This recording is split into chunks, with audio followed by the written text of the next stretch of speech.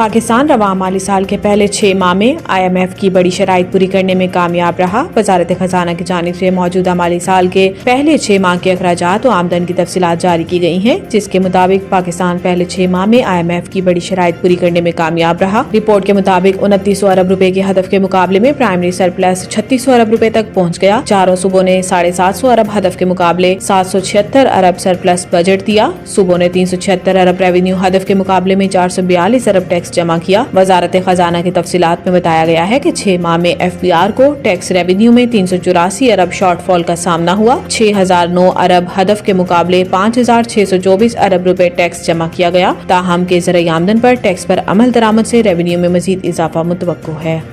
انسداد دہشت گردی عدالت نے 26 نومبر کے مقدمات کی سماعت کے دوران بشرا بی بی کی بانی PTI عمران خان سے ملاقات کرانے کا حکم دے دیا۔ بشرا بی بی کو راولپنڈی میں درج مقدمات میں شامل تفتیش کرنے کے لیے پولیس ٹیمیں جیل پہنچی اور حالیہ احتجاج کے 10 مقدمات میں انہیں باضابطہ طور پر شامل تفتیش کیا گیا۔ سابق خاتون اول نے پولیس کی ابتدائی تفتیش میں بیان دینے سے انکار کر دیا۔ بشرا بی بی نے پولیس کے سوالوں کے جوابات عمران خان سے مشاورت سے مشروط کر دیے۔ بعد ازاں بانی PTI عمران خان کی اہلیہ بشرا بی بی کو اڈیالہ جیل میں 26 نومبر کو بعد درج ہونے والے 31 مقدمات کی سماعت کے سلسلے میں جج امجد علی شاہ کی عدالت میں پیش کیا گیا۔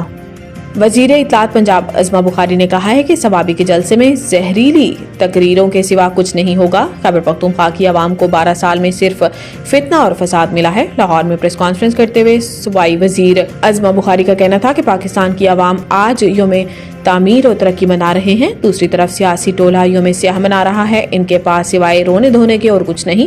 انہوں نے کہا کہ کچھ سال پہلے اداروں کے خلاف سازشیں کی جا رہی تھی، مخالفین کو سیاسی انتقام کا نشانہ بنایا جا رہا تھا۔ پنجاب میں مریم نواز کی حکومت بننے سے عوام کو ریلیف ملا، پنجاب کے بچوں کو اسکالرشپس دی گئی، بجلی بلوں میں ریلیف دیا گیا، خدمت کارڈ جیسی سہولت ملی، پنجاب کی اقلیتوں کے لیے مینورٹی کارڈ متعارف کرایا گیا۔